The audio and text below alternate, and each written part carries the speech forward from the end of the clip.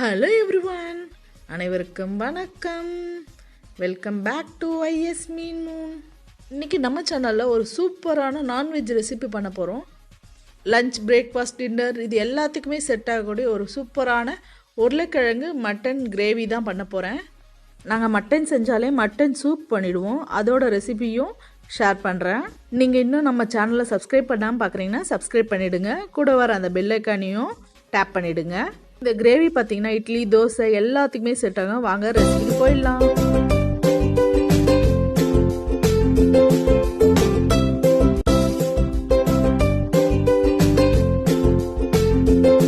ஒரு 1/4 kilo mutton வாங்கியிருக்கேன். அது நல்லா வாஷ் பண்ணிவிட்டு எடுத்துக்கிட்டேன். குக்கரில் போட்டு ஒரு 5 விசில் அளவுக்கு வேக வச்சுக்க போகிறோம்.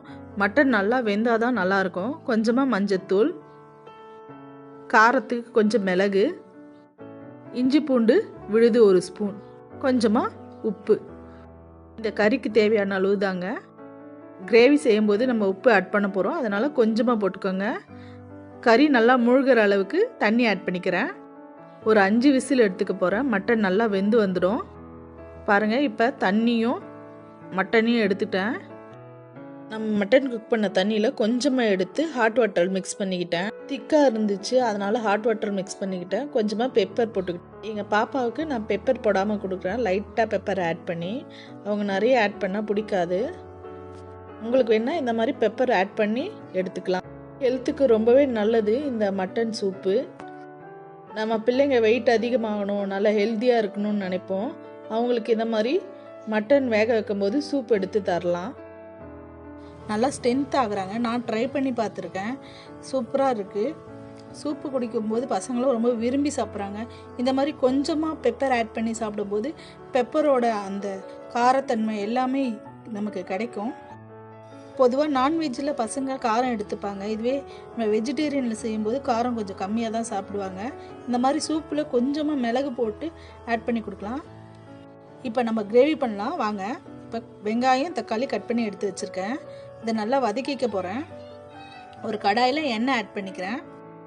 2 ஸ்பூன் குக்கிங் ஆயில் எடுத்துருக்கேன். இதுக்கு தேங்காய் எண்ணெய் கூட நீங்கள் எடுத்துக்கலாம். வெங்காயம் வதக்கிக்கிறேன். நல்லா கண்ணாடி பதம் வரையும் வதக்கிக்கணும். ஒரு 10லேருந்து 15 மிளகு ஆட் பண்ணிக்கலாம். வெங்காயம் நல்லா வதங்கணுன்ற அளவுக்கு கொஞ்சமாக உப்பு ஆட் பண்ணிக்கிறேன். இந்த மாதிரி நம்ம உப்பு ஆட் பண்ணிக்கும் போது சீக்கிரமாக வதங்கி வரும், அதுக்காக தான் ஆட் பண்ணிக்கலாம். நல்லா பச்சை வாசனை போயிட்டு வதங்கி வரணும். நல்லா வதக்கிக்கோங்க. இந்த மாதிரி கண்ணாடி பதம் வந்த பிறகு கொஞ்சமாக பட்டை ஆட் பண்ணிக்கலாம். கிராம்பு, சோம்பு, கசகசா. உங்களுக்கு ஸ்பைசஸ் நிறைய பிடிக்கணும்னா இன்னும் கொஞ்சம் கூட கூடுதலாக ஆட் பண்ணிக்கலாம். பட் இந்த ரெசிபிக்கு இவ்வளோ போதுமான அளவு. நான் 2 பெரிய வெங்காயம் எடுத்திருக்கேன், அதனால் கொஞ்சமாக ஆட் பண்ணியிருக்கேன். இந்த ஸ்பைசஸ்லாம் நல்லா வதங்கிடுச்சு. இப்போ தக்காளி ஆட் பண்ணிக்கிறேன். தக்காளியும் 2 பெரிய சைஸ் எடுத்து கட் பண்ணி வச்சுருக்கேன், அதையும் ஆட் பண்ணிக்கிட்டேன். இப்போ நம்ம அரைச்சிக்க போகிறோம், அதனால தான் நான் இந்த சைஸில் ஆட் பண்ணியிருக்கேன். நீங்கள் அரைக்காமல் அப்படியே சேர்த்துருந்தா இன்னும் குட்டி குட்டியாக சாப் பண்ணிவிட்டு ஆட் பண்ணிக்கலாம். உங்களோட விஷயம் தான். நல்லா கிரேவியாக வேணும்னா இந்த மாதிரி அரைச்சிக்கலாம். நல்லா அடி கனமான பாத்திரத்தில் கொஞ்சமாக ஆயில் ஆட் பண்ணிக்கிறேன். எண்ணெய் காஞ்சதும் நம்ம அரைச்சி வச்சுருக்கோங்கள அந்த மசாலாவை ஆட் பண்ணிக்க போகிறேன். வெங்காயம், தக்காளி, பட்டை, லவங்கம் இந்த பேஸ்ட் ஆட் பண்ணிக்கிட்டேன். நல்லா வதங்கணும். நல்லா பச்சை வாசனை போய் சூப்பராக வதங்கி வரும். அந்த ஸ்டேஜ் வரையும் நல்லா வதக்கிக்கலாம். கொஞ்சமாக மஞ்சத்தூள் ஆட் பண்ணிக்கிட்டேன். கரம் மசாலா தூள் 1 ஸ்பூன். உங்களுக்கு நல்லா வாசனையாக இருக்கணும்னா இன்னொரு ஸ்பூன் கூட ஆட் பண்ணிக்கலாம். பெப்பர் பவுடர் கொஞ்சம் ஆட் பண்ணிக்கிறேன். நான் 1/2 ஸ்பூன் பெப்பர் பவுடர் ஆட் பண்ணிக்கிறேன். இந்த ஸ்பைசஸ்க்கெலாம் நான் ஒரு அளவு சொல்லலை, இதெல்லாமே உங்களோட டேஸ்ட் பொறுத்து தான். உங்களோட டேஸ்ட் பொறுத்து கூட்டியோ குறைச்சியோ ஆட் பண்ணிக்கோங்க.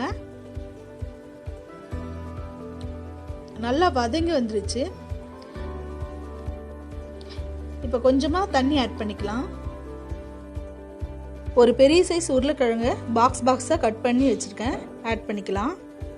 இந்த மசாலாவில் இந்த உருளைக்கிழங்கு நல்லா வதங்கணும், நல்லா அப்சர்வ் ஆகும். ஒரு நிமிஷம் நல்லா வதக்கிக்கலாம். மட்டன் அந்த வேக வச்ச தண்ணி இல்லைங்க, அதையும் ஆட் பண்ணிக்கிறேன். ஆல்ரெடி நம்ம சூப்புக்கு எடுத்துட்டோம், மீதி இருக்க அந்த ஸ்டார்ச்சை மட்டன் ஸ்டார்ச்சை ஆட் பண்ணிக்கிட்டேன். இந்த மட்டனோட டேஸ்ட்டில் இந்த உருளைக்கிழங்கு நல்லா அப்சர்வ் பண்ணி மட்டன் டேஸ்ட்டுக்கு நல்லா வரும். உருளைக்கிழங்கு சாப்பிடும்போது மட்டன் சாப்பிட்ற டேஸ்ட்டுக்கு நல்லாயிருக்கும். அதனால தான் இந்த மட்டன் ஸ்டார்ச்சில் வேக வைக்கிறோம். இது ஒரு 2 நிமிஷம் நல்லா வேகட்டும். இந்த குழம்புக்கு தேவையான அளவு உப்பு ஆட் பண்ணிக்கலாம்.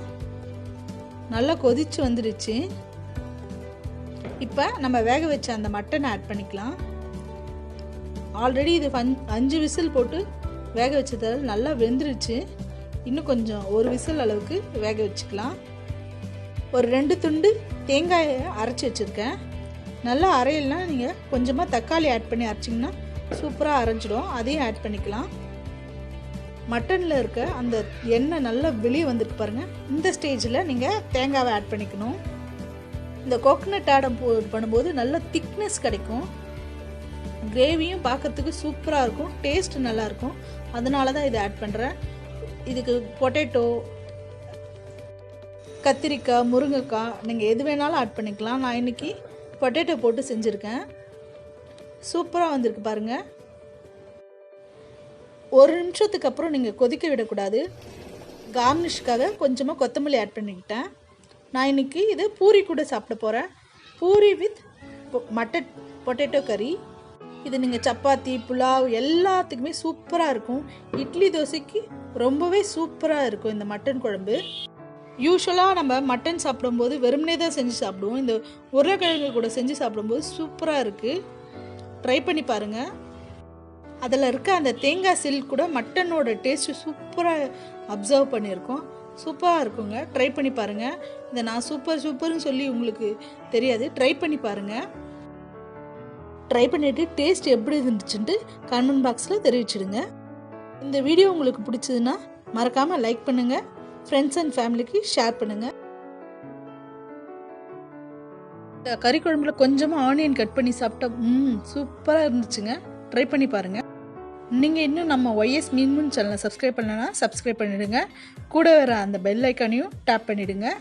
நெக்ஸ்ட் ரெசிபி நல்ல சூப்பரான ஒரு இன்ட்ரெஸ்டிங்கான வீடியோ தான். அது வரைக்கும் உங்களிடம் விடைபெறுவது உங்கள் தாயகத்தமிழ்.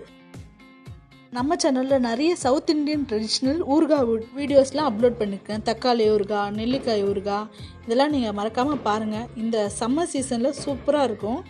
தேங்க்ஸ் ஃபார் வாட்சிங்.